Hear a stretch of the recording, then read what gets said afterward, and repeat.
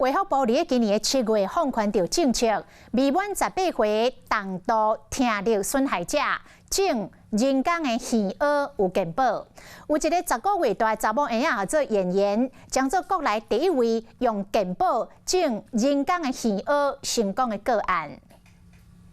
10个月大查某婴高罪行令是爸母糖酸烦恼，不过有重度听力损害，医师检判必须到人工耳自费100万，健保原本敢若补助一边耳仔，到尾今年7月放入政策，互无满18岁有重度听力障碍的人，会让补助2边耳仔。他现在就是我在讲话，他可能也会想要讲，可是在他之前，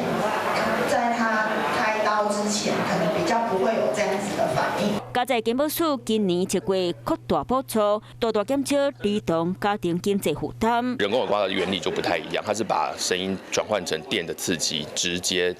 从电极进入到刺激我们的耳刮内的神经。医生嘛强调，若是有重度听力障碍的人，经过专业团队检查评估，建议2岁之前就要赶紧到人工耳，安尼囡仔的听觉含语言能力才会当正常发展。